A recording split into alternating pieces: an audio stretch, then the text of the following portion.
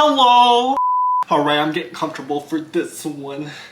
Hello, my name is Olan Hulion and welcome back to my vlog channel. In today's video, we are doing something new. I usually just post like vlogs on this channel, but I've been wanting to do something like this for a while now. I love watching movies and I love TV shows. And like one of my biggest dreams is one day to literally like bring my own TV shows and movie ideas to life. For now, I'm just going to talk about movies and TV shows that I found interesting and that like fascinate me. I'm going to tell these movies or TV shows that I talk about like as if I'm telling a story, as if it's a story time. It's not going to be like a review. I guess I might review like the end, be like it was good, it wasn't, you know what I mean?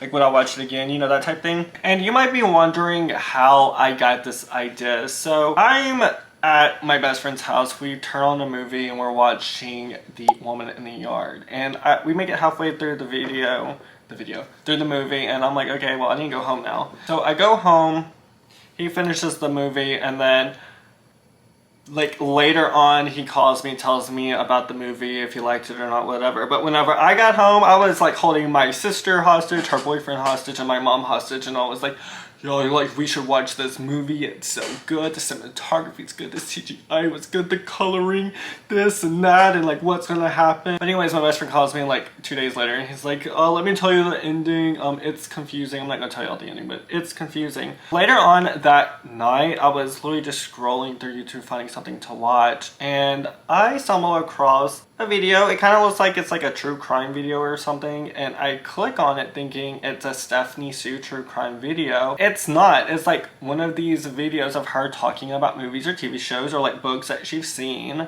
or like read, and her telling in like a storytelling form. And I'm like, oh my god, I'm obsessed with this, I would love doing this. And I was like, wait, I didn't know she used to do this. And then I look at her vlog channel. So y'all, I've literally watched like all her vlogs, but like those are the videos that I'd skip. And I'm like, oh my god, why was I skipping these? These are so good. And she doesn't do them anymore. Like she just focuses on her true crime videos now. And so I'm like, okay, well, there's obviously like people like this. I enjoyed it, and I like talking about movies. Like I love talking about TV shows. I love talking about TV show ideas with like my siblings. Like I have so many like projects and like ideas lined up that I want to come true one day, that this just seems like another facet to me. Like it just seems normal for me to do this. And I'm also hoping that like me telling these movies in like a storytelling format, that it also helps me with my projects and like telling a story or like writing a story. I hope it just improves my storytelling aspect overall, and I think this is gonna help, but I've been babbling way too much. So today's movie that we're talking about is The Call. Have you seen it? Have you watched it? Have you heard of it? The cast is Halle Berry, and she plays Jordan. She's a 911 operator. She is known for John Wick and X-Men. And then we have Abigail Breslin. She plays a teen girl that gets kidnapped, and she is known for Zombieland and a ton of other movies that I've seen. So I might do some other movies that she's in. One of them is My Sister's Keeper. That's on my list. And then we have the kidnapper. His name is Michael Yuckland. I don't know him from anything, but maybe you do. If I should know him from something, let me know and I will watch it. But let's get into the video. 911, what's your emergency? The man yelling from the phone call, he sounds like a black man, maybe from Chicago. He's got like that southern, but it's not quite southern accent. And he is saying that he needs police there because there is a woman upstairs on the 3rd floor killing her children. The next call is a Valley Girl accent. What's a Valley Girl accent? Hi, there's an accident on the interstate. I think somebody's dead. 911, what's your emergency? Sounds like a very calm man. I'm at the Beverly Resort. My girlfriend, what's going on, hun? She jumped off the 12th floor balcony. She jumped off the 12th floor balcony? 911, what's your emergency?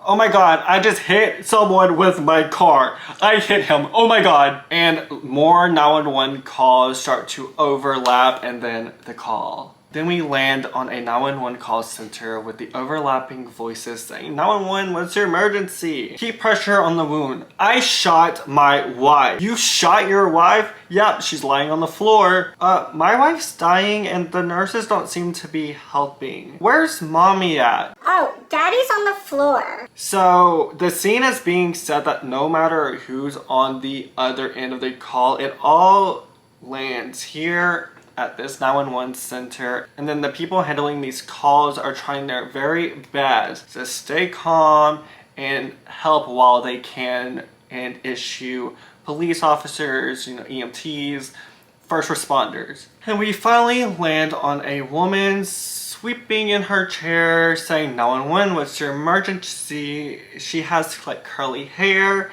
and this woman is being played by Haley Berry. There's someone breaking into the house next to mine at 18 Baxter. Is this your place or theirs? It's theirs. She's over here click-clacking on her computer and selects burglary. What color is the house? Kind of a pale blue. I have a shotgun. Do you want me to stop them? No, we don't need you doing that. Are you sure? I'm sure. I'm sending officers right now. Another call. My mom's been stabbed. Okay, do you know who stabbed her? My uncle. Okay, and where at? In the leg. Is your uncle still there? Uh-huh. I'm seeing the police and paramedics right away. Okay. She's pretty pissed off. Well, I'm sure she is. Do you understand what I'm saying? I don't want to go to prison. Chris, put down the gun. Do you understand what I'm saying? Please. I didn't mean to do it. She's click-clacking on the keyboard. And then, boom. Possibly an unaliving. It's not worth it, okay? Drop your weapons. You hear them screaming across the phone. Drop your weapons. Put the guns down, Chris. The police is saying, drop your weapons, and she's over here saying, put the gun down, Chris. And it's just so much yelling going on. She's yelling, the police is yelling, he's yelling. She's like, Chris, I need you. And then the phone call ends. Stretches her arms over her head, and you can tell that she's frustrated. And then on the screen it's flashing call disconnected. She sighs with a deep breath, she exhales, and she starts clicking and clacking again on the computer. Hang on, y'all give me 1 second. I'm about to change into something more comfortable. I'm getting cold. I'm back. Do you like my sweatshirt? It says Sleek Use Alert. It's one of my best friend's designs. We have an Etsy shop together right now, and she designed this one, but it's so cute. She answers another call. 911, what's your emergency? Damn it, why am I here? Hi Terrence, how are you doing? Our coworker and her, they swivel in their chairs back and they're looking at each other. She's an older black woman with bleach blonde buzz cut. She's grinning ear to ear. No good, sugar. He says in this raspy voice. And then the both swivel back to their desk. I'm in jail and nobody told me why I'm here. We've been drinking again. So by this, we already know that he's a regular caller. Yeah, I suppose. Well, you know what you have to do is ask your DO for another call, okay? Because you know this line is only for emergency calls only. Alright. Okay, sugar, stay out of trouble. And then her coworker starts giggling. He's still calling you sugar. You know it. They start talking about the older woman's kids, and I don't really ever catch her name, so I'm just gonna say her coworker. Did Tara ever lose her tooth yet? No. Lou wants to pull it, but I don't want to let him do that. Why do men have to be so brutal? I don't know. Here comes a couple. Let's ask them. And right now, 2 police officers are walking towards the ladies at their desk. Did somebody call for some male strippers? Both of the women laugh. Jordan kisses one of the men. She's smiling. She's my boss is over there. And she's pointing at him. Pointing at her. And it's the boss that she points out is the woman she plays detectives in every movie and TV show. I know her specifically from Pretty Little Liars. She was one of the detectives. And then the older woman next to her goes, so Jake, I heard that you delivered a baby yesterday. Oh yeah, 7 pounds, 3 ounces, a little princess, no big deal. And then Paul, the man that kisses Jordan, he interjects and he's like, look at my man trying to be humble. He saved the mother's life. Oh, impressive. And they're like having a little banter going on. Jordan tells him that she's going to take a break and they go outside by some like these picnic tables and they're being all like lovey-dovey, and she's alluding to some extracurricular activities and him staying the night that night. She walks back into work, she puts her headset back on, and she clocks in. The older lady, okay lover bird, stay focused, stay focused. I am. She swivels back and she like faces her computer. She's like smiling. 911, what's your emergency? A man is trying to break into my house. I'm all alone. And like the woman sounds like frantic. She's crying, tears are running down her face. Okay, sweetheart, calm down. My parents, they're out in a movie. Like she's almost inaudible. You can barely hear what she is saying. Like you can barely understand what's coming out of her mouth. I can't reach them. I understand. Can you get out of your house? And we're inside the house with her. It's a teen girl with blonde hair and she has like these like blue hair, but like it's like feathers. It's feathers, but it also kind of looks like it's braided into her hair too, but it's not braids, it's feathers. Her hair is straight and it's like tucked behind her ears. It's standing with her back against the frame of the door, and you can see the man at her back door, and he hops over the bushes and he appears to be in like blue jeans and like in a darkish blue polo shirt. No, he's out there. It's okay, I have your information, just hang on, sweetheart. The man goes back to the door and he's like trying to pry it open. Jordan dispatches the units. Can any units handle XYZ Street? The police respond and say yes as the lights on the cops like they come on, they light up, they're zooming. Officers are on their way, sweetheart. Okay, what's her name? Leah Tippleton. She takes a deep breath. Oh my god, he broke a window. He's coming through the back. She starts crying even more. Listen to me. Find a room and lock yourself in there right now. Okay.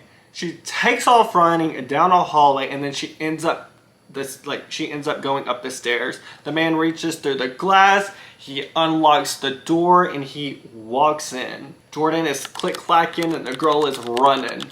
He makes his way through the door and glass is on the floor. It's like cracking. It's making all this noise. Leah, she's like running down a long hallway. Stay on the line with me, sweetheart. She's looking back and she's running. Don't disconnect, okay? Leah. She runs into a bedroom. She jiggles the door. I'm upstairs, but my door won't lock. Jordan's eyes get big. He's in my house, and like the man is like walking up the stairs. He has a baseball hat on and he's kind of giving Joe from You, like those vibes. Jordan asks the police what's their ETA and they say 8 to 10, which I'm assuming is like 8 to 10 minutes. She throws her hands up in the air and she just looks at her boss like she's like frantic almost. Leah is crying. Oh my god, he's going to find me. Okay, Layla, here's what you need to do. Is there a window in your room? Yes. Okay. The man is walking down the long hallway with heavy footsteps. He opens the door and it's quiet. He walks into the room, he closes the door, he stands there, he walks towards the bed, he looks underneath the bed. Okay, ladies, don't ever hide underneath a freaking bed, okay? He gets up, he looks around the room, he walks into the bathroom, and he slams the door. He's listening. And she has these tassels hanging in her bathroom door. He takes his hands, he spreads the tassels apart, and the tassels make this noise, like this rattling noise. He walks out of the door, and when he does, he hears a dog barking. He's listening, closes the door, and stays in the room. He turns to look at the open door that leads out to her balcony. He runs through it, he looks down, and he sees 2 white flip-flops just chilling on the walkway. He like walks back and then he runs into the bedroom door, and we see him walk through the door from like underneath the bed, and the camera pans and we see Leia against the wall under the bed trying to control her breathing. Leia, don't speak. Stay quiet, okay? Officers are gonna be there any second. She whispers, I'm okay. I think it worked. He left. Jordan takes a deep breath. The man is shuffling down the stairs. I think he's going back down the stairs. Call disconnects and she looks at the phone. Jordan looks at her screen. Call disconnected.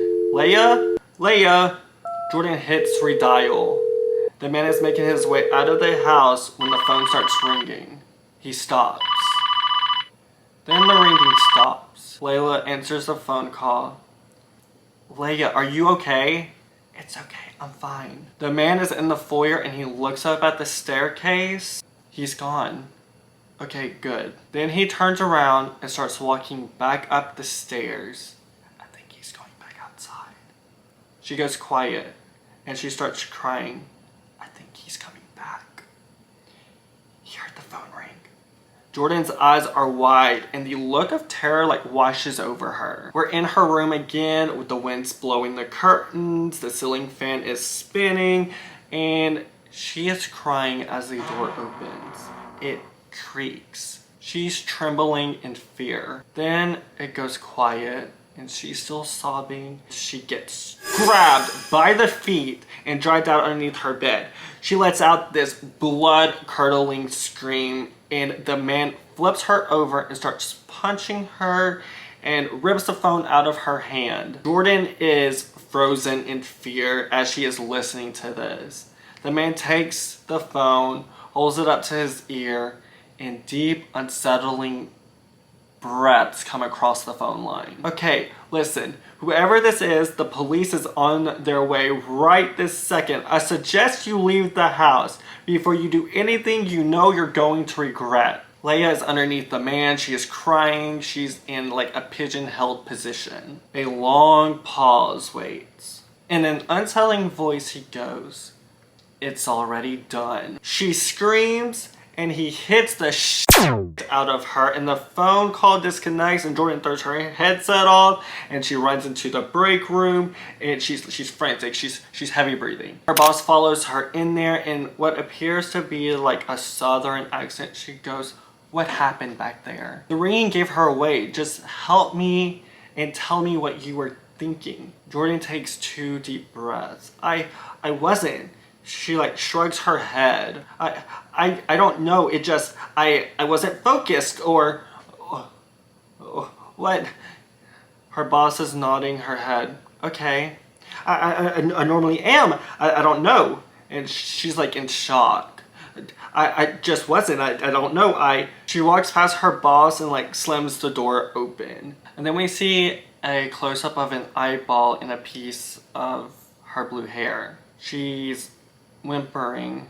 The guy is touching her lips and grabbing her chin, and the man's mouth is filled with blood.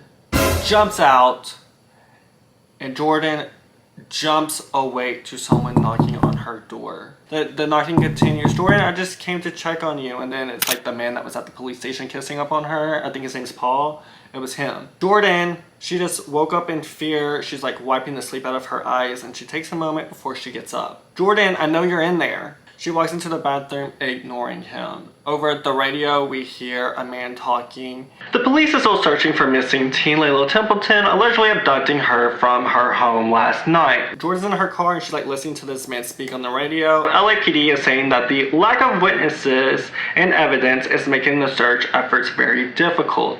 Templeton family issued a statement.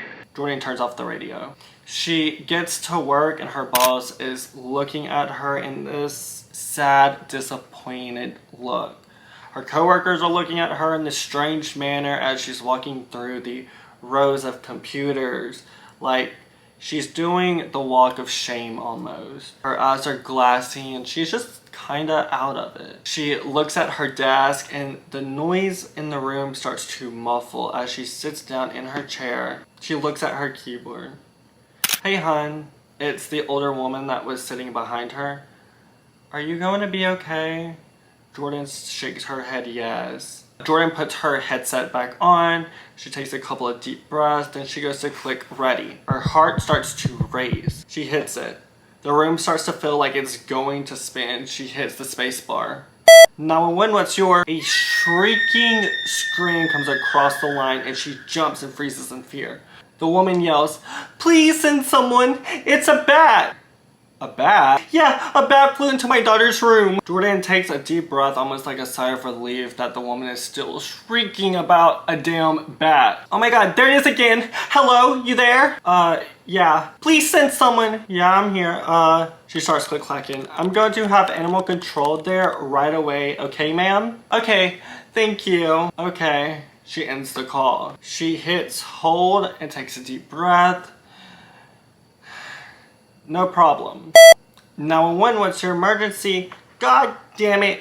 What did I do wrong, sugar hun? Hey, Terrence. She starts to smile. Like, you could tell, like, she needed this. It ain't my fault. It ain't my fault. How you doing? She turns towards the older lady and, like, the older woman is standing up with tears in her eyes. Jordan automatically knows that something is wrong, so she like jumps up and like she looks at the big TV screens that are in the room. Kidnapped victim found, plastered on the TV. Her heart drops. There's a picture of Layla smiling on the screen with a helicopter looking down at a shallow grave while the FBI is taking her out and putting her in a black body bag with her face blurred. The camera zooms in and you can tell that there's like blood all around her head. Like all this is covered in blood. She goes to the roof and she looks out at the city, and then her boyfriend, I think his name is Paul, goes up there and he like stands next to her. You know everyone is looking for you. She doesn't respond. You know they can't replace you. You know they can't run this place without you. Are you okay? She shakes her head yes, and like tears just start to like stream down her face. Why are you beating yourself up over this? You had a bad cause before. My daddy told me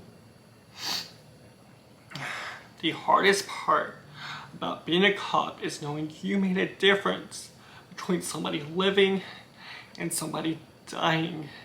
And when you can't show that, then it's time to get out. Is that what you're gonna do?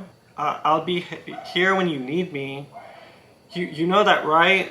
She shakes her head. 6 months later. It's like this thriving, bustling mall. You don't see that these days. It's a blonde girl with her friend. They're smiling and giggling. Her friend says, "Oh my god, let's eat. I'm hungrier than a mother." Oh my god, you're so foul, Autumn. And then like, you know, like the other girl's name, Autumn, but we still don't know this girl's name for like a good minute. Call me a b. What? Just say it. Just say b. I want to hear you say it. No. Just say it. Say no. No. I want to hear you say it. No. And then a phone in Autumn's bag starts to ring, but she has her like other phone in her hand. So you're like, why does she have two phones? No, I can't. You're not, you're a jerk. Autumn giggles and she looks down at her phone. And then the other girl goes, "Are you kidding me? Ra thought that we should have one just for us." So like she's explaining the phone situation. "No, he bought that to keep tabs on you." "No, he didn't. My parents keep checking their bill. Track phones are prepaid and underneath the radar." The phone is like still ringing and it's this like ordinary like gray phone from like 2013. He is so high maintenance. "Hey lover, no, we're just shopping. What did you think? I was going to call you in like 2 minutes." The girl is like looking at her like, this man is controlling and obsessive and not in a healthy way. "You want to do what to me?" "Ugh, come on, you're disgusting." And like God only knows what they're talking about, but we have a couple ideas running through our heads. And then we see Jordan in the bathroom. She's like running some water and she's like taking some pills out of the bottle. She puts them in her mouth and she takes a plastic cup and fills it with water, and then she takes a sip, throws her head back and swallows the pills. She puts her hands like on the counter like as she's like leaning up against it, and then she leans towards the mirror and she like takes a deep breath. She walks to her locker and then she puts the bottle of pills next to the other ones, and hanging up on the door of her locker is a newspaper cutout and it's of Layla, and she stares at it. So for the first thing you're going to notice is the patterns of behavioral changes are very predictable. She's pointing at like a little whiteboard while the slogan at the top, behavioral changes are predictable. She's like in this conference room and looks like she's like training a new group of callers. They're also taking notes as she's talking. Rising temperatures mean rising temperatures. So we get the violent calls, rainy days, and Christmas, it's gloomy outside. Some people are alone. That's when we get the suicides. Now, Saturday mornings are very slow and calm times. I think that's because people are at home recovering from Friday night. And a woman in like a green jacket with like dark chocolate straight hair. Why? What happens on Friday night? She smirks. All hell breaks loose. Half the calls are non-emergency calls, and half of those calls are someone calling to ask for directions to the nearest Starbucks or how to baste a turkey. And then the group like chuckles. Now go ahead and laugh, that's good. It's going to prepare you for the real stuff, and then the jumpers, the home invasions, the triple homicides. She's giving them a tour of like the call center. Y'all seen the quiet room? That's where you go to decompress when you have a bad call. But if you need anything more than a nap and music, then you have to call our BSS. That's behavioral science specialist. His name is Dr. Keating, and he's on call 24/7 anytime you need to talk. A man in blue speaks up. Talk about what? What's your name again? Josh. Okay, listen here, Josh. The most important things to remember about this job is this. Stay emotionally detached. Don't get too involved in your PR crisis. What does PR stand for? The woman in green says, person reporting? Right. And don't ever make promises because you can't keep them, okay? Now follow me to the call floor. Then we're back with Autumn and her friend and they're eating. So what about Max? He wants to bone you, right?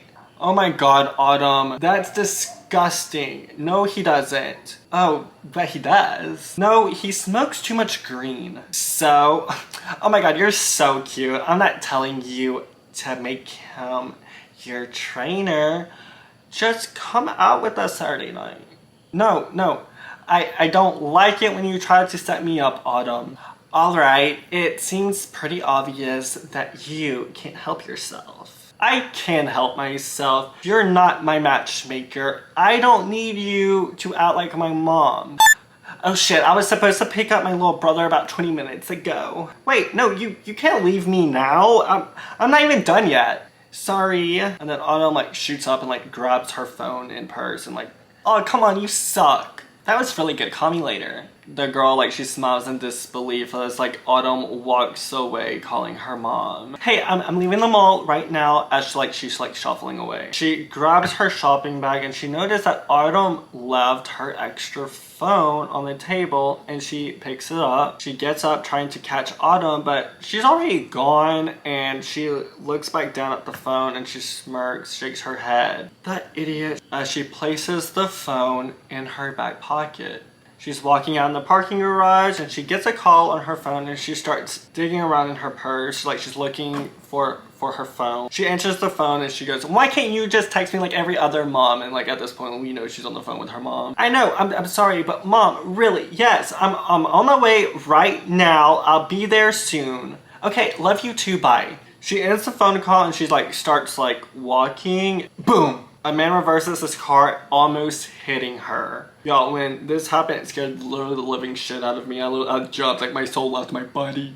Oh my god, you scared me. He gets out of the car. Jeez, I'm sorry. Dude, you couldn't like look before you backed up? Yeah, I did, but like I didn't see you. Yeah, alright, whatever. She turned her back from the man and like she bends down to pick up her phone and it shattered. Oh, awesome. It's broken. Perfect! He picks her up from behind, puts a cloth over her mouth, and she's like kicking and screaming, and he's like twitching and like turning her, and then she goes limp, and then he like drags her. We're at the call center. Jordan is introducing the new callers to some of like the people like on the floor. This is Brooke. She is a pro B. She was exactly where you were about 6 months ago.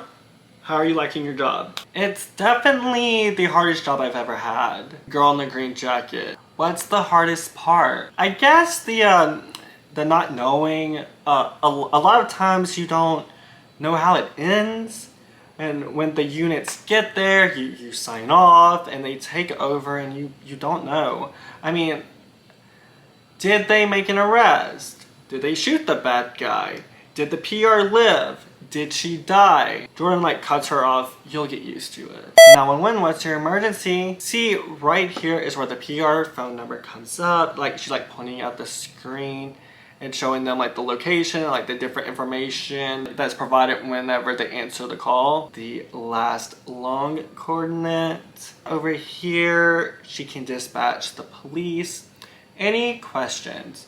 Josh says, what about you, Miss Turner? What about me? Miss Turner's Jordan. Why aren't you here on the floor? She gives him like this blank stare. Because I'm a teacher. Now, follow me this way. I'm going to set y'all up for some calls. It's a close-up of the girl's eyes shutting. You hear like road sounds, the music, and the car's passing, and she comes to and she's in the trunk. And she starts like looking around. Oh my god, no. She hits the top of the trunk and no.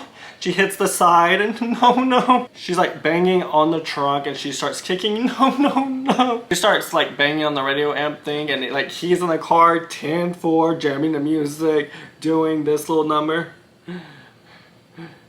With the steering wheel, you know, like tapping on it or whatever. She's just panicking in the back of the trunk, I mean, as she should. She hears beep, beep, beep, and it's like her best friend's phone ringing in her back pocket. Well, I'm assuming it's her best friend. It's her friend. She opens it and it's a voicemail from Raul, and she don't waste no time and she calls 911 and she starts crying. So I think you guys had a good first date. Things are going to get a lot harder. Then it shows Brooke.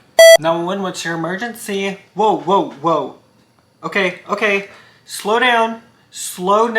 Where are you? I can't understand you. Jordan walks over and has her students watch, and she goes to stand by Brooke. What? The mall? What mall? What mall are you talking about? What? No. Jordan picks up another headset to listen to the call. Where did he hit you? He didn't hit me. He almost hit me, and then okay, where is the vehicle? I don't know where the vehicle is. I'm in the trunk. I'm like in the trunk. Jordan, there's no location. No, I don't want to die. It's a disposable chip. Ask her for her name. And this is whenever we finally get the girl's name. What's her name? Cassie. Is it Casey or Cassie? Casey. Hey, Casey. Okay, Casey. And then like we're like back in the trunk. Okay. Calm down. Okay. Oh my god, I can't. Why can't you just trace it? We're gonna try. You're on a disposable phone, so it might take a little bit. She screams out, what? Jordan mutes the call and looks at her. I just need, no, you have to find me. Please, don't. I don't want to die. And then Jordan's like looking around trying to get someone to like walk over and take this damn call, because like right now she's currently having PTSD.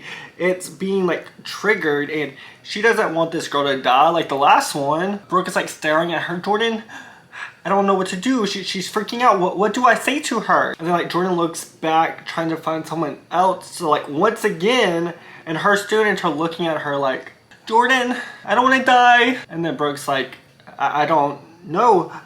What do I do, Jordan? Okay.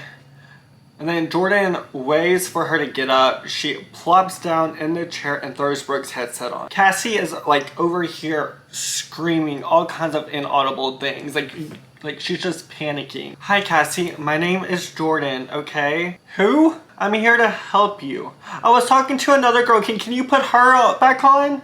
I want to talk to her. I know, but I'm here with you now, honey, okay? Please help me. Casey, listen to me, sweetheart, okay? Are we? Like, her boss starts to, like, march back over there. Please, I don't want to die. We're going to... Please, you're not going. Casey, you're not going to die. Jordan starts panicking, like, grasping the keyboard, like, taking big, deep breaths. Like, she's just like... She hits a button. No location found. She looks up at her boss with fear in her eyes. She's pointing down at her chest, signaling that like she can't breathe. Breathe. She takes a deep breath. You got it. Okay. She nods her head and then locks the in. I don't want to die. Casey?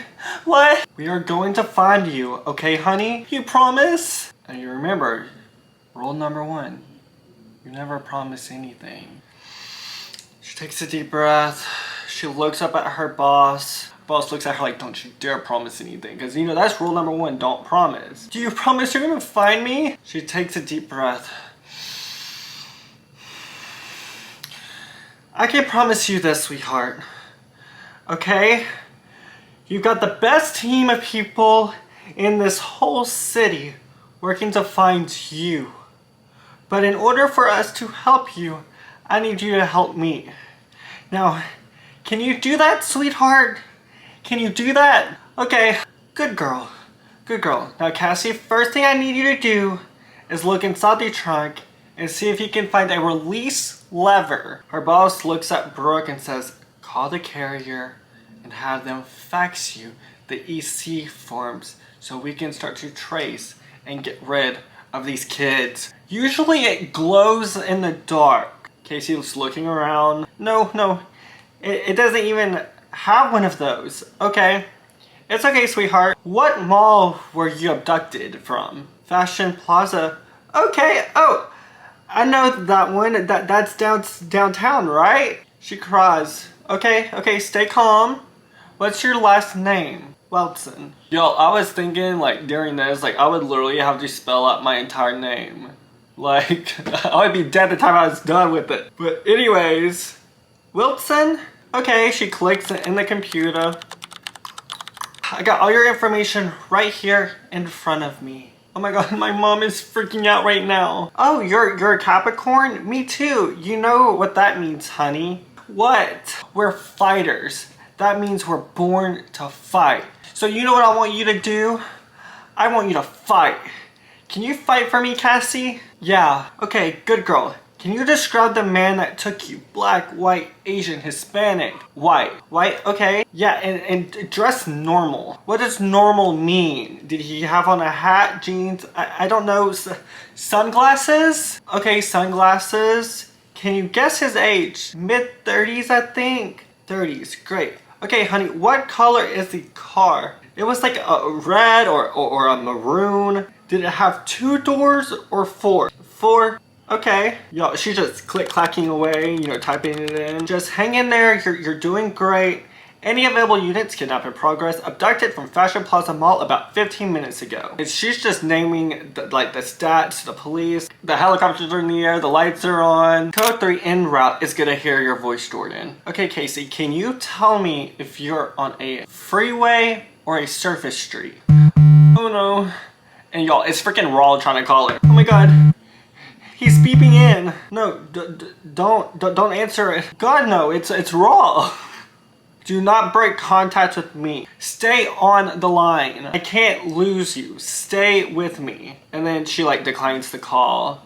This can't be happening. Can you tell me if those wheels are going fast or slow? It's like even. Does it sound like a freeway or a surface street? It feels like a freeway. Okay, good girl, good girl. All available units. She says it feels like it's on the freeway. Direction unknown. Casey, sweetheart, does the trunk smell like a new one or an old one? It kind of smells old. Okay, good. She starts looking around the trunk and she's like, sees buckets of paint. Yeah, there's like work stuff. Okay, honey. Like, can you see the taillights? What? Because it's older cars, it might be access to the taillights. Look for a red glow. Yeah, I see it. She starts like pulling at it with like her like left hand.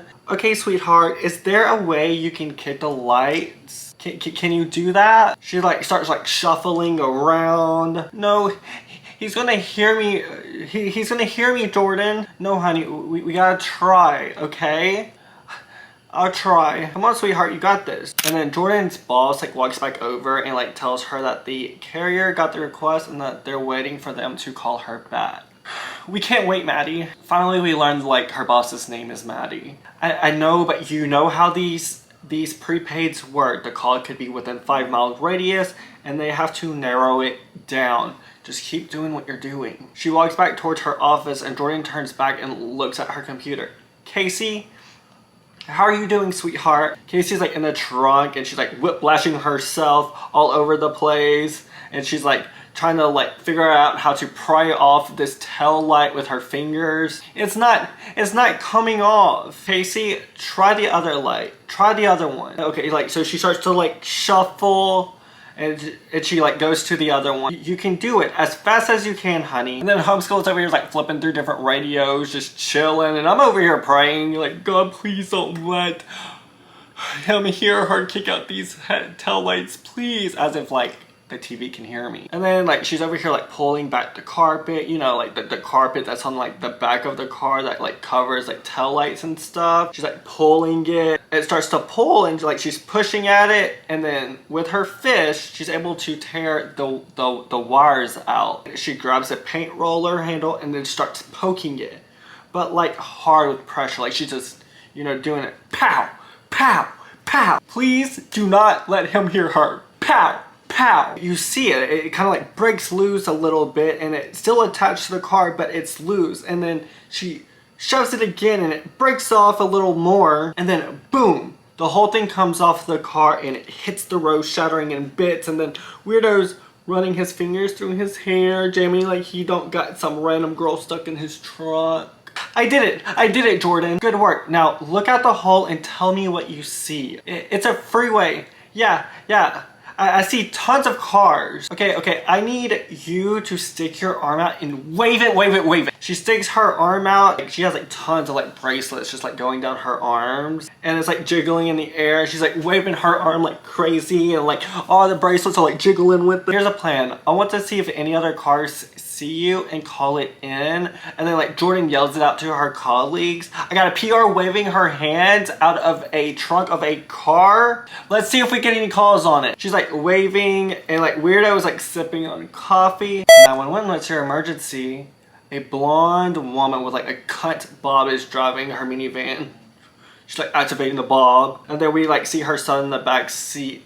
Hi, someone is like stuck in a truck of the car in front of me. It's a red Camry. I think it might be a child. We got her! A man yells out across the dispatch floor. Ma'am, what road are you on? 170, like heading north? Can you tell me the license plate number on that car? Can you do that? Yes, it's 7CLI06X. Casey's like still waving her hand out of the car like crazy. And then the minivan starts to like approach the car, and the dispatcher enters in the license plate number, and it's like loading. Casey, we're close, honey. An old lady pops up on the screen. Is it a stolen car, like Maddie the boss says? No, it's registered for a white Ford Explorer. He switched the plate. Hold on, I'm coming up to him. I'll get a description of the man. No, wait, ma'am. Jessica like zooms up right next to him, and her and the kids are like rubbernecking it and like staring right at his ass, like, do not approach the vehicle. At this point, like, it's too late, and like Weirdo literally makes direct eye contact with Jessica and her kids. The driver is suspected of kidnapping. Do not approach the vehicle. He zooms and then he starts crossing into her lane and like towards the exit. He's getting off. Like, No shit, he knows that you're rubbing necking it with you and your freaking kids with your phone up to your ear, like, hello? Then all, like, the 911 dispatchers get frustrated and, like, they're pushing away from their desk. Like, they're frustrated, too. Like, girl, why? Why did you do that? What exit? Fernando Boulevard? All units, suspect spotted, and then they just start, like, naming off, like, where the hell he probably exited. Cop dude, like, whips around in the middle of the desert median and then zooms off the other way. Casey, honey, look out the hole and tell me what you see. Do you see any landmarks, street names, anything? Casey's like, she's out here like looking out the hole, and like all she literally sees is like railroad tracks, gravel, and some trees that look like they were intentionally planted there. That's pretty much it. Casey tells her it all like looks the same. Okay, sweetheart. Casey cries out like, what's happening? Casey, you told me there's like stuff in the trunk. You told me there's stuff in the trunk, right? Why? Describe what you see. There's gotta be something that we can that can help. Okay, like look around. She turns around and she's like looking. What do you see? A bottle of bleach, some paint, a screwdriver, a screwdriver. Okay, a paintbrush. What else? And a hoe. What else? She starts like moving stuff around and then she freezes. Oh my god, no. Casey, what is it? My god. Oh my god, he's going to bury me. Casey, what is it, honey? Like, what is it? There's a shovel. He's going to bury me. He's going to kill me. No, honey. No. He's not going. Casey, I need you to focus. I'm so scared. Come on, sweetie. Pull it together. Come on. No, I know he's going to do this. Get me out of here now. And then, like, she just starts, like, panicking. Well, what's your favorite movie, sweetheart? What's your favorite movie, sweetie? No. What's your favorite movie, sweetheart? And like now Jordan's like starting to like kind of get emotional. Like she's like sniffling. What's your favorite movie? Just tell me. Tell me what it is. Casey like calms down and she starts to think. Bridesmaids, she like screeches out. Are you kidding me? I love that movie. I think I saw it about 100 times. Okay, so you know what? Let's make a deal, okay? You and me will go to the movies this weekend and I'm going to buy you anything you want, okay? You and me, okay? Yeah, okay. Now, what I need you to do is to take one of those paint cans and I need you to open it. Okay. She grabs a screwdriver and she's like starts poking, like prodding at it. Okay. I got it. Okay, you got it open? I got it. Okay, so pour that paint out of that hole. Casey like lines the bucket up to the hole of the tail light and she's like starts pouring like white paint out of it and it just starts going all over the road, like dripping here, dripping there. It's dripping everywhere. Any available units, kidnapping in progress. Suspect is a white male, 30s, in 4-door maroon. Unknown make or model. PR is in the trunk. PR is leaving a trail of white paint coming from the trunk. And also there's like a loophole right there whenever I was like watching it because like the caller earlier, Jessica, the girl that named Jessica, the activated Bob, she called and said that the car was a Camry, which is a Toyota. So like they had the make and model right then and there. But anyways, they hit up the helicopters and the helicopters are in the sky. They're like zip zapping. White paint, I repeat, white paint on Fernando Boulevard. Paint's almost gone, Jordan. Open another can of paint, okay? Okay. Just please stay on the line. Okay, I'm right here, honey. I'm right here. Jordan's like, girl, we ain't disconnecting this call unless you disconnect it. So the car approaches the intersection and he like turns on his left blinker to take a turn and he stops at the red light. A guy notices the paint dripping from the back of the car. And, like home skilly's like jamming to his music, cracking his neck, but ugh. A man in like a tuxedo or like a suit, he looks like he like works in corporate or like a business or like something like that. Like he looks important. And so he like pulls up next to the red Camry and he like rolls down the window and yells at him, hey! Weirdo's like not paying attention, so he honks the horn and then guy like looks to his right and nods like what's up, and then like points to the back of his car. Weirdo looks back and like rolls down. He like rolls down the window. Hey, how you doing, man? You got paint coming out of your trunk? He looks back like, oh shit. Like he looks like panicked, and you can tell like he's irritated, and he like gives him like a thumbs up type vibe. Okay, thanks. All right. And then the guy like rolls up his windows and he just stares at him for like a second, and you can tell like at that moment he knows that something just isn't right about this dude. Like something's off here. And like Weirdo's like sitting in his seat and he's like chattering, and his cheeks are like making this like weird noise, and he just looks psycho. Casey's like in the trunk popping another can open, and like she starts to like go to pour it, and then the light turns green and he like peels out and skirts across like the intersection instead of turning right. Casey just like spilt it in the back of the trunk because of the like rapid acceleration. It like just threw it. Like she was like about to pour it and it just like went everywhere type thing. Oh no, Jordan! And it's like she's like grabbing the phone, like, and her voice is like cutting in and out. Casey, no.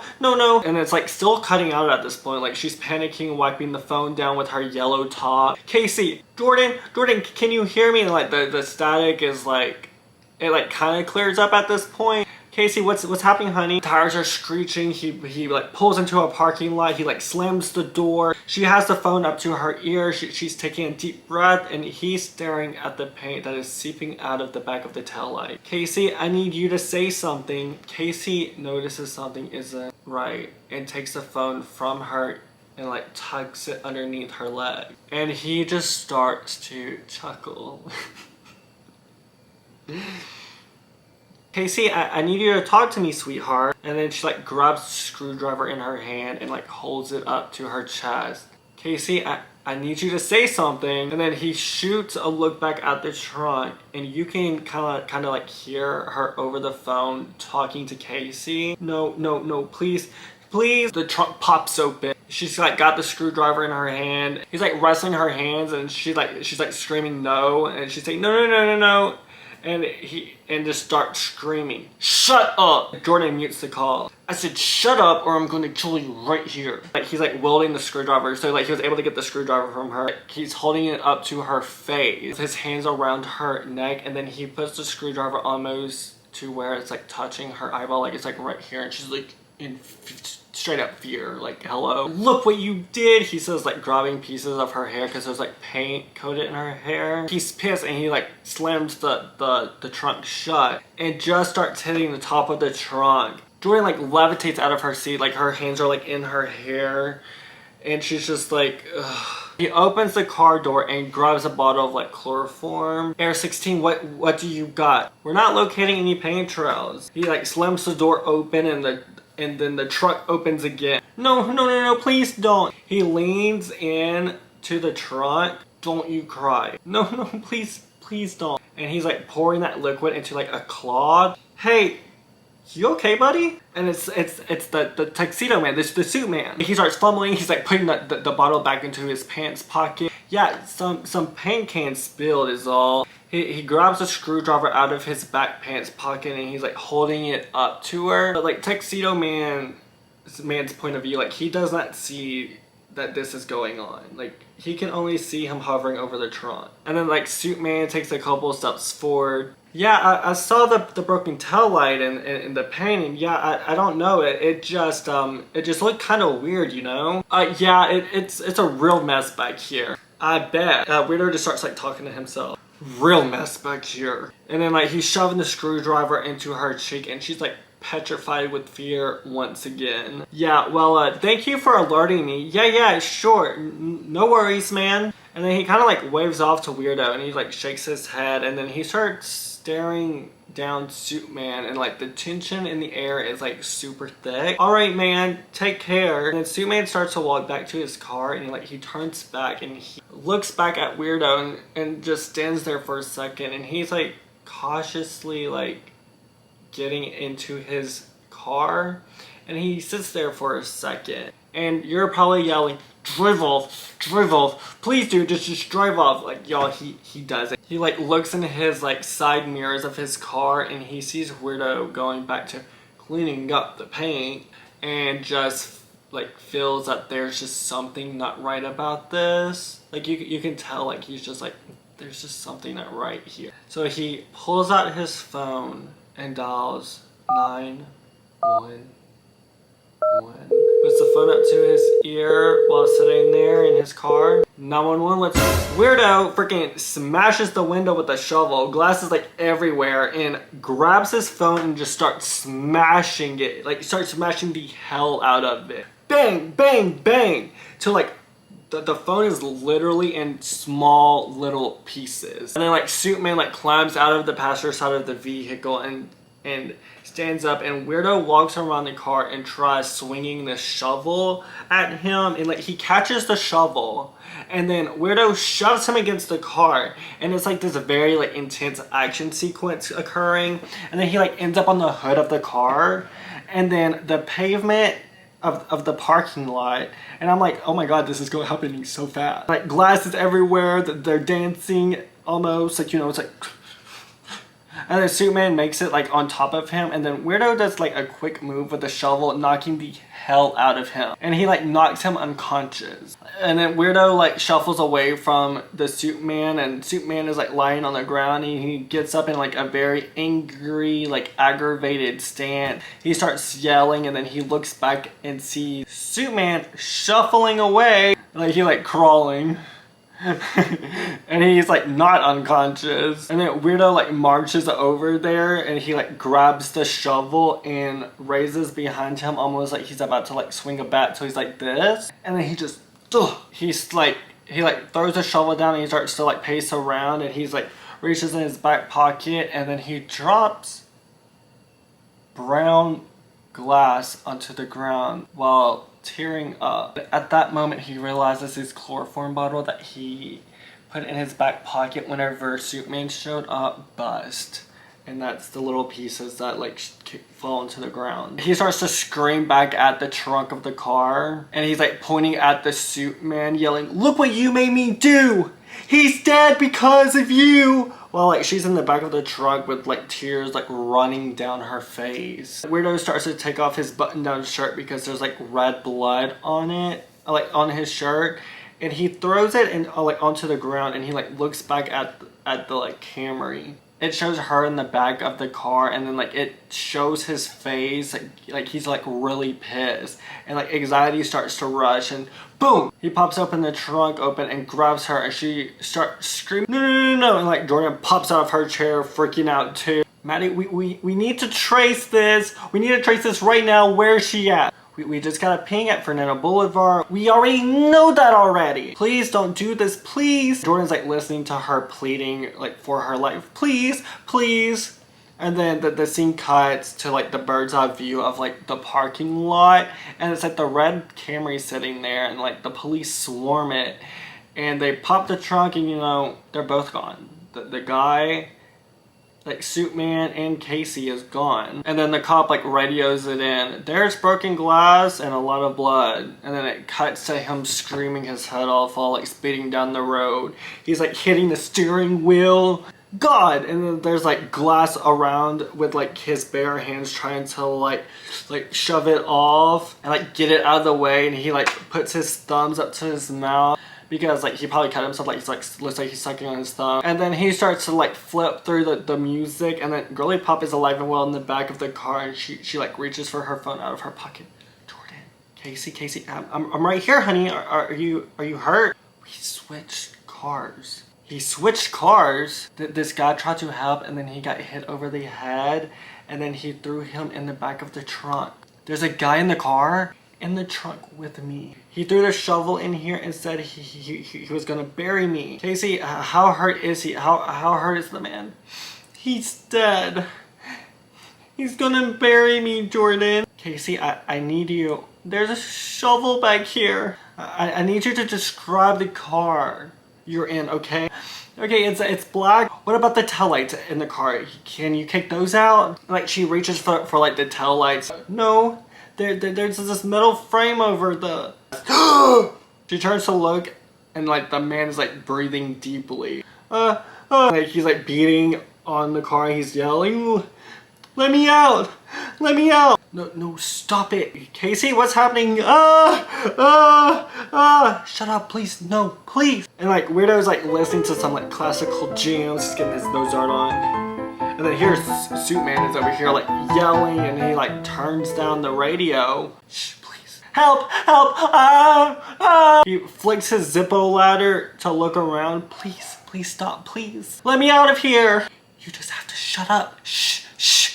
Mind you, like, she's like low-key like yelling at him, and he's just not listening to her. Like she's like yelling, whispering at him. Jordan starts to freak out too, and they're going back and forth, and like she's begging him to shut up while and then he's over here just like yelling his head off.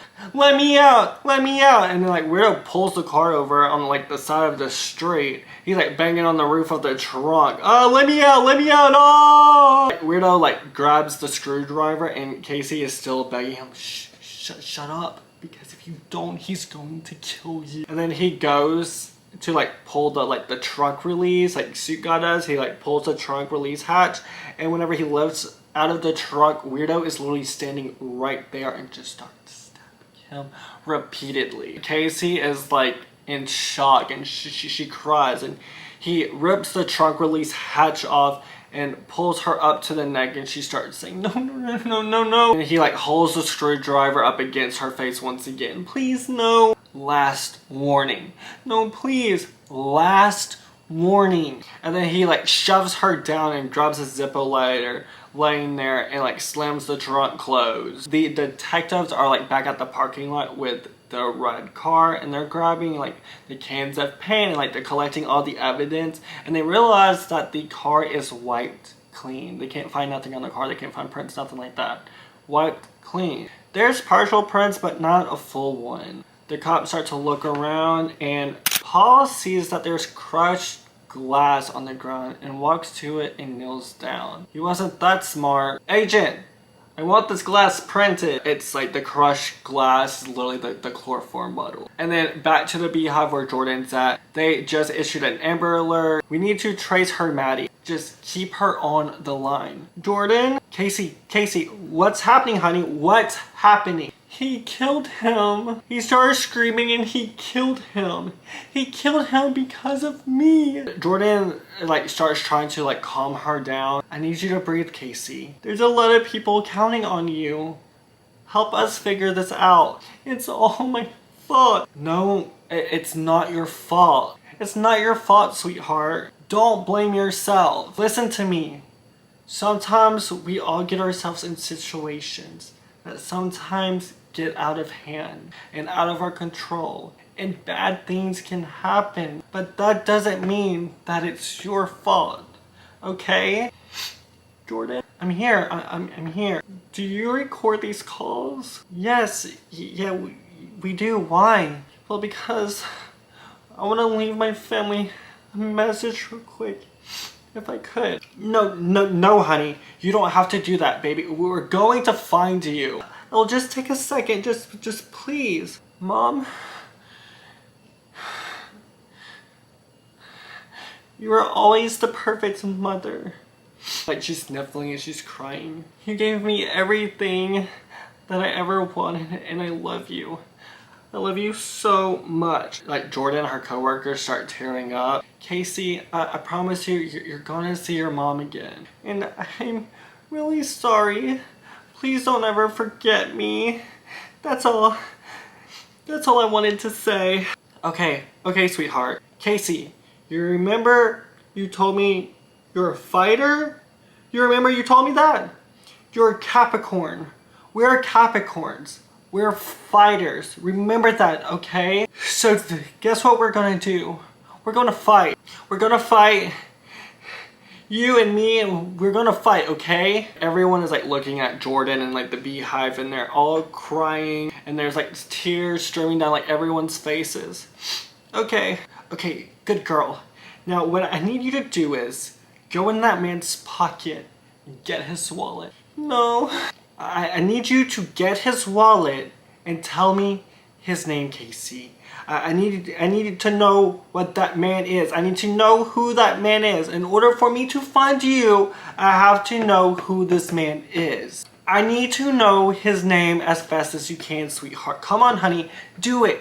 You can do it. She like reaches into his pockets and like grabs his wallet. His name is Alan Donato. Good girl. She's clicking, clacking away. His name and info like pops up on the screen, and like she updates the police with like this new information, and she like lets the police know that he's in a different vehicle and it's a black Lincoln Town car. And then like back at the parking lot, they're processing that bottle of chloroform and they found a print. They run it through the scanner hoping a name pops up. Weirdo in their car and he's like low on gas, like the light comes on. Amber Alert shows up on the TV at the Beehive and it's like Casey, and she's like plastered all over it with like all of her info. Like she's this pretty blonde girl, like she's like 5'3", I don't remember the stats, but it's like all of her stats. Weirdo pulls into like a small rinky-dink gas station that you only find in the country where like the bandos start to play, and you only pull into this gas station unless you're on E. He walks over to the tenant and like gives him cash and tells him 30, and the tenant's like this older Hispanic man. Weirdo jogs to the pump and he starts to like put gas in the car. We're at the gas station. Can you hear anyone? It's just music. Okay. And the tenant walks back out and starts like asking all these questions we would probably say no to as well, right? Like, check your fluids, clean your windshield, like all that crap. It's all right. Are you sure? It won't take long. I'm sure. Casey phone beeps and it's on low battery. Casey, what's going on, sweetheart? And then she like notices something in the trunk. I think I have an idea. The tenant is like pulling the windshield wiper thingy out. You know, the one that like cleans the windshields, like, you know, the scrubby thingy. You don't have to do that. No problem for me. Don't need it. Sure. And then the tenant like walks away, and then Casey like shoves her phone in her back pocket and she starts to like undo the Velcro in the back seat of the car. A weirdo is like anxiously like tapping his feet and just like, because like the gas just isn't filling up fast enough for him. Casey pulls down the middle seat and starts crawling through the back seat, and she kind of like gets stuck, like her hips get stuck, like she can't, it's like a small little middle back seat, like she can't really get through it. And then she starts waggling through the middle seat, and she noticed that the tenant is like standing there, and like the tenant is like unboxing like the oil for your car. So she starts like waving, trying to get his attention. And meanwhile, like Weirdo is like leaned against the car, getting frustrated that the gas is taking forever. He turns around and he notices the Amber Alert on the TV of Casey. Like there's a TV from inside the gas station, but like it's pointed towards where people is pumping gas, so you can see it.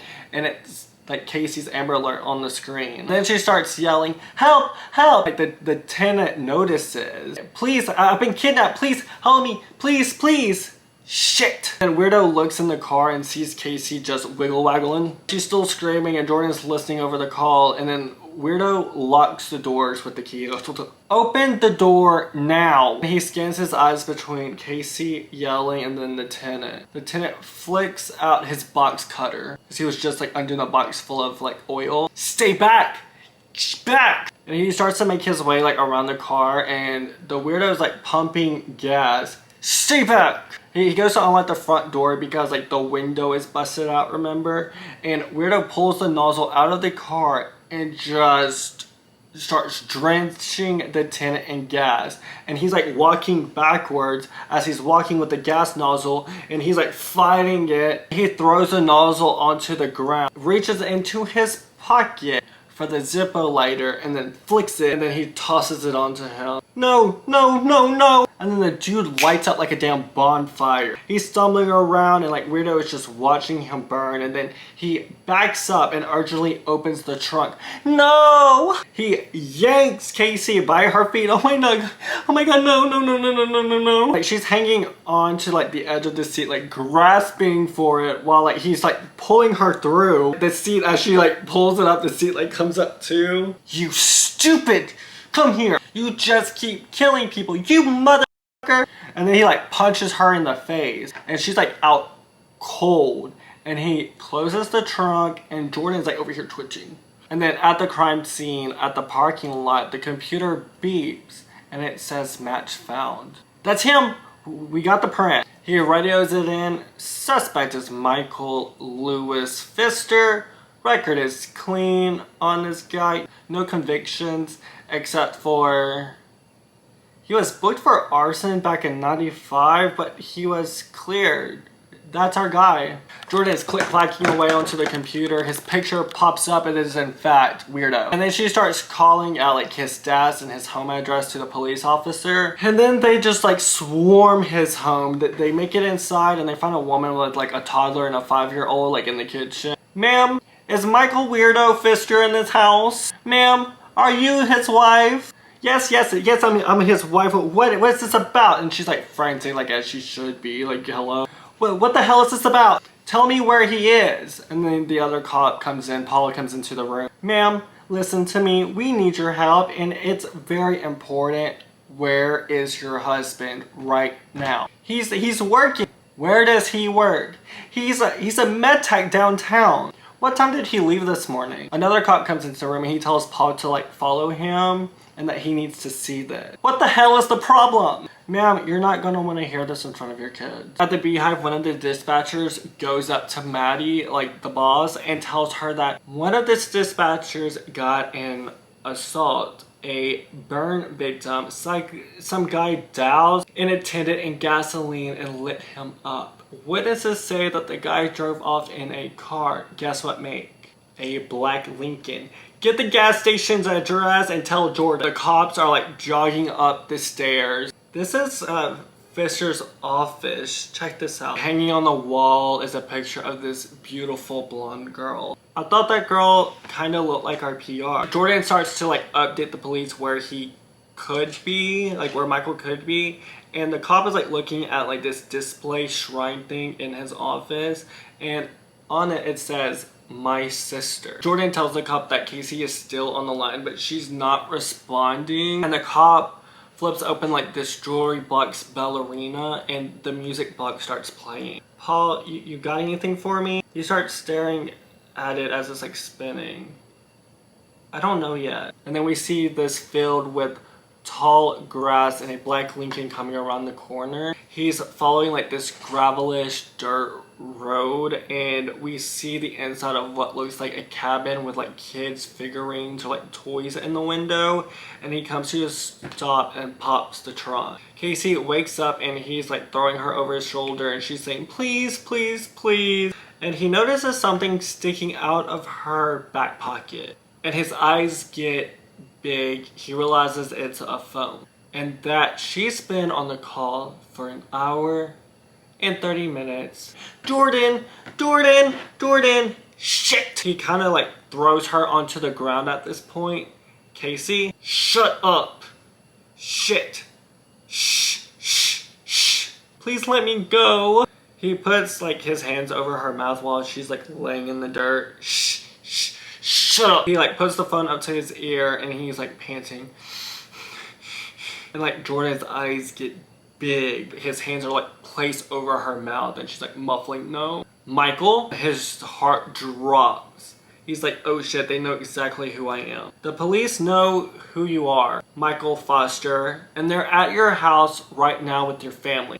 Who is this? This is 911 Emergency Services. And we've got your prints at the scene of a murder. The only choice you have now is to turn yourself in. No, please. Michael, listen to me. Do not hurt that little girl. Do not hurt that little girl. Let her go. You don't have to do this. And he like starts panting louder. It's already done. Her eyes get big and Leia's voice starts to play out in her head. Then flashback of him saying it into the phone washes over her. And that's when she realizes it's the same man. It's the same man that took Layla Templeton. He hangs up on her and she starts crying. The signal just died. We just lost him. And then Jordan walks up to Maddie and says, Michael Foster is the same man that killed Layla Templeton. And she's like waving her finger. Jordan, it's the same man. And like she walks off. The cops are like walking through his home trying to get an idea of like where he could be. They're looking at old photos. He lands on one, and it's this cute farmhouse with like a red old Chevy pickup truck in front of it, and on the background there's like this red cabin, like this red little cottage type cabin, and then like between the cottage and the cabin there's like this flagpole with like American flag flying, and then it's him and his sister like smiling like against this like Chevy, like they're in front of the Chevy truck and they're smiling. Jordan notifies the police that the last ping was from a tower in Santa Clarita Hills. The cop pulls the picture off the wall and starts just staring at it. Tell me where you think he could have taken her. There is no place because Michael wouldn't do something like that, says literally every wife. Paul walks into the living room where Michael's wife and the other cop is standing. Where's his house at? You have no right. She tries like snatching the photo out of his hand. I do have a right to arrest you for obstruction. That's my right. Where is this house? That's where Michael grew up. But where is it? It's gone. It's gone. It burned down years ago. Burned down? Is it clicking to you? Is it clicking to you? He was arrested for arson. He was charged with arson, but it never went through. His house burned in 95. I mean, they didn't say it burned in 95, but the house burnt down years ago. Burned down. Okay, what about this cottage? And he like, it's like the little red one behind the house. It's ours. What do you mean it's yours? You still own it? Yes, we own it. Michael's been renovating it. She puts her hand up to her mouth and like tears just start falling down her face. Ma'am, a girl may die if you don't help us. You understand? You don't want that now, do you? Tell us where it is. Like she's like sobbing. Just tell us where it's at. 8 Adam 16. I need you to run a plate. 1 Mary 258 Lincoln 9. And like Jordan's like click clacking away. We got an old registration for Melinda Foster. And like she gets the address and you guess it, it's in Santa Clarita Hills. And he starts to like leave the house and starts ordering like for backup and like air services to like search this area. And she lets Paul know that it's Pfister. Is it Pfister? Foster, his last name. He's the one that took and killed Layla Templeton. Are you sure? I'm absolutely sure. Be careful. Jordan starts like click clacking through articles of Layla Templeton, and it's pictures of her with like her blonde hair, blue feathers, like she's looking so cute. But like the articles aren't cute because obviously like she died. The police swarm this old house place silently, like there's no like sirens or anything. They just like break in, looking around. They find nothing. There's no one there, and then they let them know that the Lincoln also isn't here either, and that they believe that he probably never came there or he went somewhere else. Jordan walks out and her boss follows her in the room. I know I said his name and scared him off. That's not true. He found the cell and he would have disconnected. He was on the way there, Maddie. The trace confirmed it. That's not what happened. No, it isn't. We had the trace going and you did every single thing exactly the way you were supposed to do it. I want you to go home. I'm not going home. This isn't a request. You want closure, you're not gonna get it. You did your part, now you have to let them do their part. She is no longer your responsibility, so I want you to go home and I want you to take care of yourself. And like Jordan walks out the room, like she's frustrated, she's kind of pissed, like why are you sending me home? A door creaks, then slams shut. It's dark, it's old, and then like these old wheels are rolling and there's like these nasty grimy floors.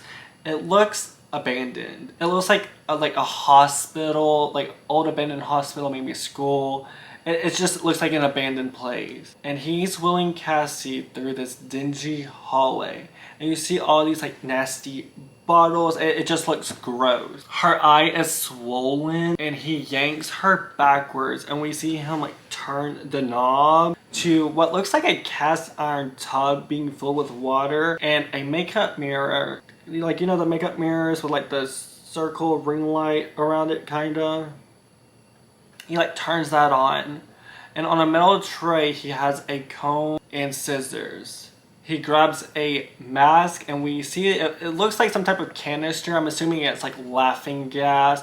I don't think he would have the ability to have anesthesia, so I think it's like laughing gas just to make her like woozy. He turns it on and he restrains her to what looks like, at this point it looks kind of like a table maybe, and like puts the mask over her nose to like knock her out. She's fighting, but like the gas is just doing something to her. Like she's like out of. He cuts her shirt off, just cuts it right down the middle, rips it off. Like the only thing she's got on right now is like this blue lacy bra that she probably got from Victoria's Secret. He tears her shoes off and then starts to like rip the pants off of her and then leans her back, and it's actually a sink. It's not a cast iron tub.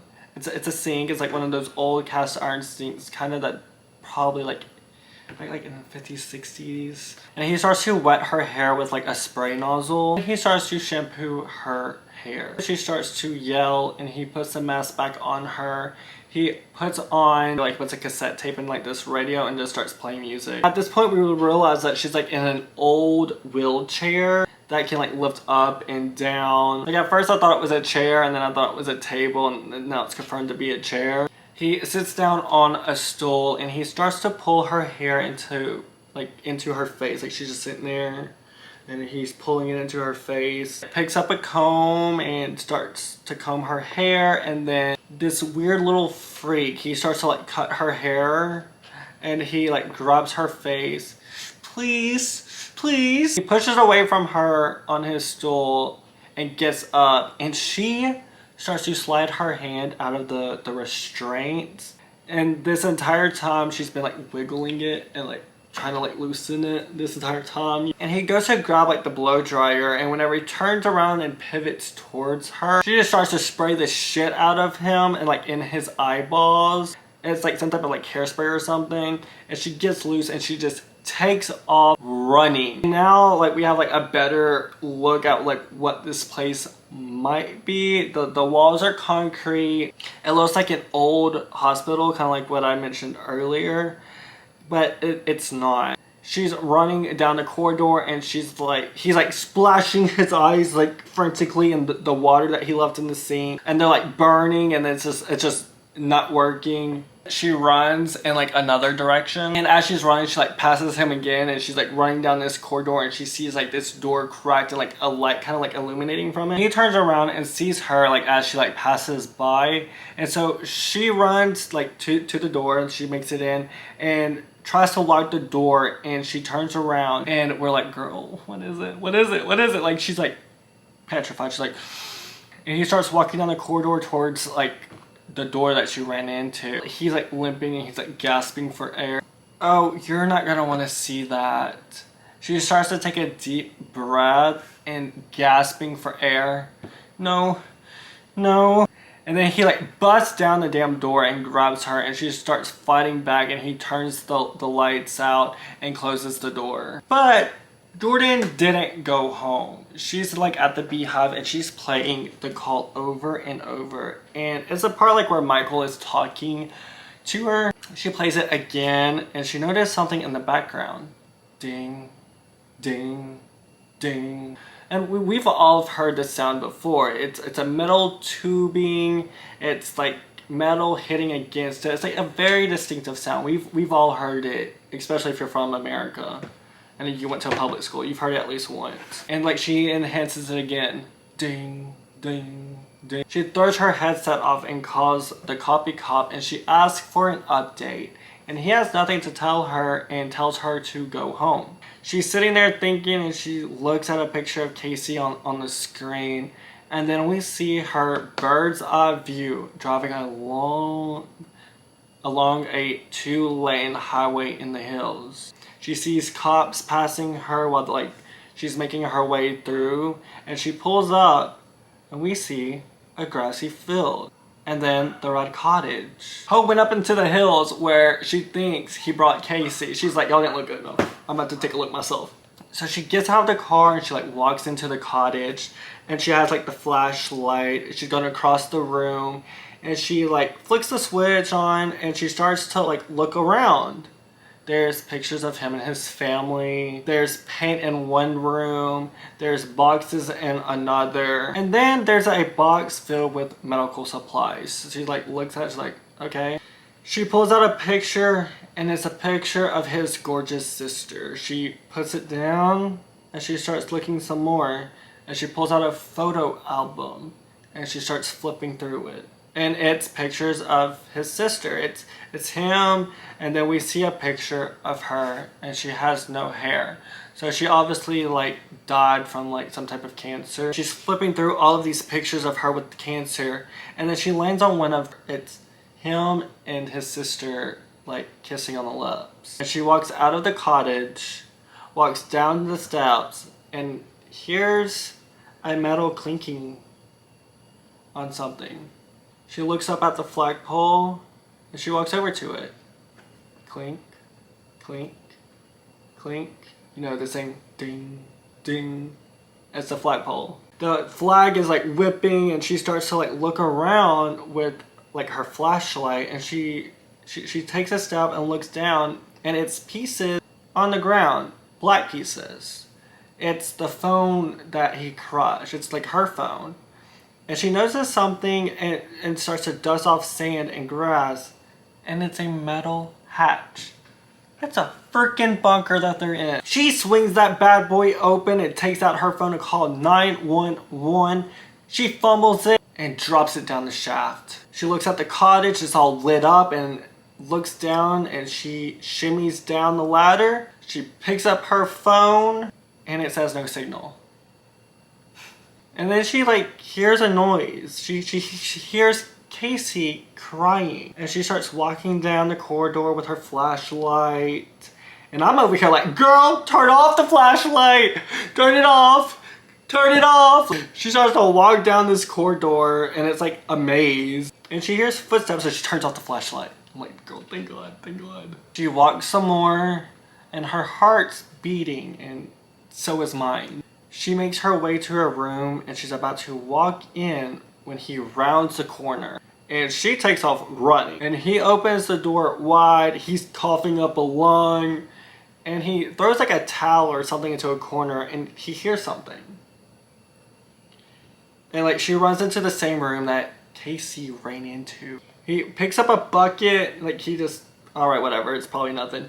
He picks up a bucket, and then he walks back to where he was originally. She turns her flashlight back on, and it looks like a bedroom with a vanity and like this beautiful crystal like chandelier, and her eyes get big. Boom! He opens the door and she darts somewhere. He closes the door, he just stands there for a second, and he's like flicks the light on. On one end of the room it looks like a perfectly fine bedroom, and then the other side looks like a wood shop.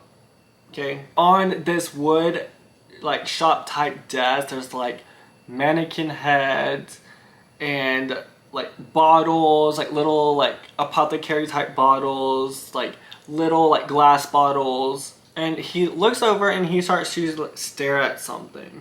Please not Jordan, please not Jordan, God, please not Jordan, please. The room is like finally like revealed to us. There is blood all over the bed and on the floor, and there's like bloody handprints on the walls, like the wallpaper has like blood dripping down it with like hand marks. And then like on the vanity there's a wig head with like a wig on it. It's like a blonde wig. And he walks over to the vanity, and now we see the wig, and there is blood dripping from the mannequin head, and it's like going down her face. And we see Jordan, and she's hiding behind like the door of a wardrobe, and it's like open, but it's like it's not inside the wardrobe, but like the door is open, and she's like tucked behind the door, and she's like watching through the little crack. And then he just starts like sucking on his fingers, and then he slits off his ring, and he places it on the fingers of a mannequin. Then he comes eye to eye with the mannequin's head, with the blonde wig draped over it. Hi. He pulls it off the stand, wig head, hair. He sits down on the bloodied bed, and then he starts to lift up the wig, And at that moment, we realize it's not a wig. He lays the mannequin head on the bed, and the inside of like the hair is this black. It's black and it's bloody, and then you notice there's blue feathers in the hair. And at this point we know that it's Layla Templeton's hair and her scalp. He scouted her and kept her hair before placing her in that shallow grave. And you remember whenever like she was on the news and they had her face and stuff blurred, but like you saw red up here? Because he scouted her before placing her in a shallow grave. Then he lifts the hair up to his nose and he just starts sniffing it. And Jordan's like in the corner terrified because she has realized the same thing that we have. And then he's almost like getting high off of this smell. And then he realizes a piece of the hair is falling out. And he grabs the feather and pulls at it and it comes off. No, no, no, no. He starts repeating it over and over and he's mad. He gets up and he walks over and he opens the meaty fridge. And at this point, we see bags of blonde human hair in there.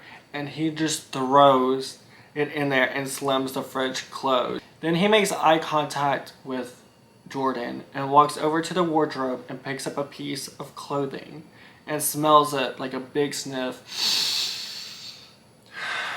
And then tosses the mannequin head off the bed and walks out of the room. And Jordan and I both sighed with relief because that was too close for comfort. And like whenever he tossed the mannequin head off, it like flung off and like landed at Jordan's feet. Okay, and then we see helicopters in the air and like the cop is on the phone saying, "Hey Jordan, calling you when you get this. We found the Lincoln. He ditched it in the wood."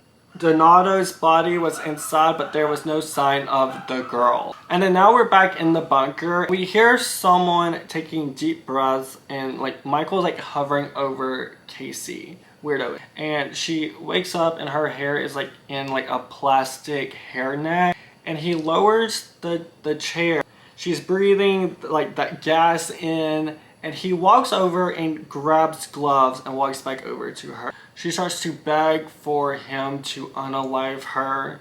And he puts the gloves on. He grabs a scalpel. "Why don't you just unalive me?" And he then pulls back the hairnet. And there's blue dashes, like marks, going across her hairline. Hair needs a healthy blood flow. If you're dead, then he puts like the scalpel to her hairline. "No, please, please stop." Then it dies too. "Stop, please." Then he starts like slicing at her hairline while she's begging for him to stop. And then like blood is starting to like drip down her face. "Sorry, but I can't." And then he like continues to cut. And she's like groaning and like whining because it's probably painful and she's probably terrified too. Like, what the frick is this man doing?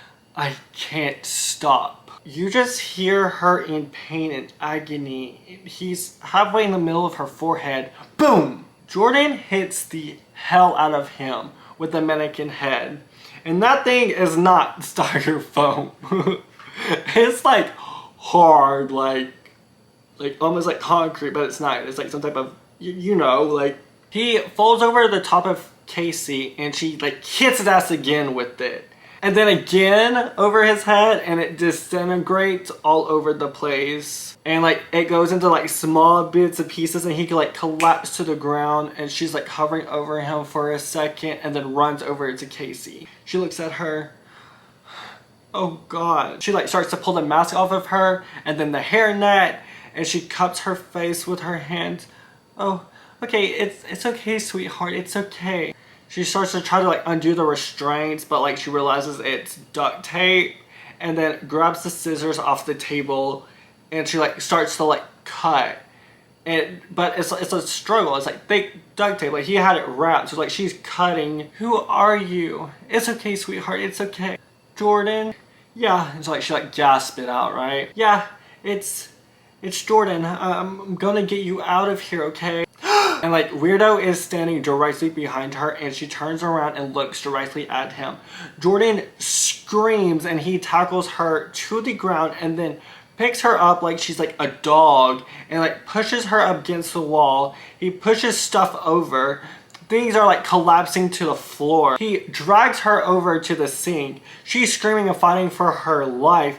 And he grabs her by the back of the head and shoves her into the sink that is filled with water. She's like in the water, she's screaming, she's like fighting, but like her head is underwater. And he's just holding her there underwater while like she's struggling. And then he rips her out of the sink. She screams and like gasps for air, and then again right back into the sink and she's struggling. And then we see Casey look at her free hand and we see Jordan fighting for her life. He's just holding her head there. Then we hear like a muffled scream, but it's not Jordan's.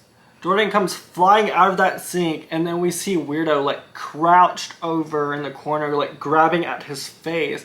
He's cussing, and Jordan is like gasping for air because like she literally almost just died, while she's like dripping in water, and she's like holding out these scissors kind of like this, like she's wielding a knife almost. Jordan muffled no, like there's like a slash gash, like a slash going across Michael's face. Jordan yells, "Go!" Michael like charges at them. Jordan pushes the chair in his way, trying to create like some distance between them, and he shoves it out of the way. Jordan closes that door shut, but he like almost gets through it, and she's like trying to keep him in that room, but he's like prying it open, and she finally gets it to close. He like body slams the door, it flies open, and he like lands onto the ground. The girls are like running down that corridor towards the ladder, and he takes off running after them. Casey is running up that ladder. Jordan's right behind her, but only one person at a time can go up that ladder. Go, go! Jordan is saying as Casey's like trying to get up that ladder. The hatchet swings open, Casey comes out, and then Jordan is like almost out of there when Weirdo grabs her by the freaking foot, and she like kicks and struggles, and she like levitates up that ladder. She's running across that grassy field, and he like makes it up to the top of the ladder. He steps out, and he knows she's running across that grassy field, and he stands there, and then suspense strike. Casey stabs him in the back with scissors, and he turns around, looks at her, and reaches for the scissors in his back and yanks it out. He like lifts it up to his face while the moonlight is like illuminating it. Casey is just standing there in like fear, and then Jordan runs up behind him and shoves him. He falls into the hole, and he's like catches himself, so like his torso and head is like hanging out, and he's like struggling, and like his feet is like dangling, and it's like dangling in the shaft. And Casey just kicks him straight in the face, sending him down the shaft onto the floor. And at this point you think you're going to hear sirens and the police and it's all gonna be okay, but no, we don't hear any of that. The girls are like panting, the flagpole is dinging, and they both look down the shaft and see him laid out on the ground. You don't know if he's dead or alive, but he's unconscious for sure. Oh my god. Jordan and Casey make eye contact, and Jordan starts to shuffle around in her pockets. Like she has like her jacket on right now, so she's like looking in her pockets for her phone. She pulls out the phone. It's like in her back pocket, so she pulls it out. She dials 911. Wait. Jordan looks up at Casey, and then they look down at the Weirdo, then back at each other. And then it zooms on him on the floor. He's just laid on the floor. Then you hear that medical chair get raised up. And then we see Michael sitting in that chair. He comes to and he starts trying to get up, but he can't. He like pops his neck, and then he looks down at his arms, and he realizes that he's duct taped to the chair, and he realizes that there's chains wrapped around his torso. He starts pulling and struggling, trying to like break free, and then off screen we hear, "You should have listened to me, Michael Foster." And Jordan walks around the chair staring at him in his face. Then Cassie walks up next to her. "You could have turned yourself in when you had the chance." He has this like stone cold look on his face. Oh, you're the operator. She nods her head yes, and he starts to laugh. I thought you would have been taller.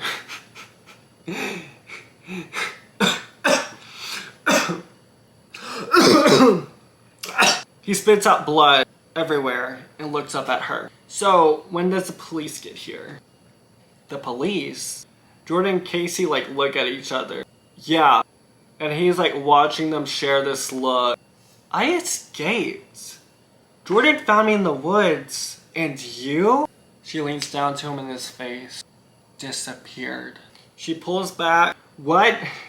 And like, he is so confused. And girl, I was too. The girls turn around and they start walking towards the door. Where do you think you're going, huh? And he's like shaking in his boots, like trying to get out.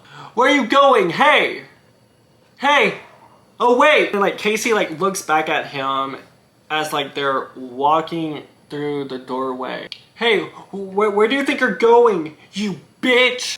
Jordan looks back at him while like standing in the doorway, and she grabs the door. You're just an operator, you can't do this! And he's like crying, you can't! And it's like the slow, intimate zoom up on the Jordan's face. It's already done. And then she slams the door shut, and he starts screaming and wailing, and then we hear like a locking noise. And that's the movie. That's it. That's where it ends. What do you think happened to him? Do you think he was left to rot? Did he break free? Did the cops come? I think he rotted. I hope he rotted. Like, what did you think about this? Did I do a good job telling it? Like, let me know down below. And let me know which movie I should do next. I like thrillers. I like mysteries. But like, if you send me some like rom-com or something, like I won't be opposed to do it. And also, if you want to watch The Call, it's available on YouTube for free right now. Like, of course, with the freaking ads, but... And that's it for today's video. See you soon. Bye. Please let me know how you like this video. Bye.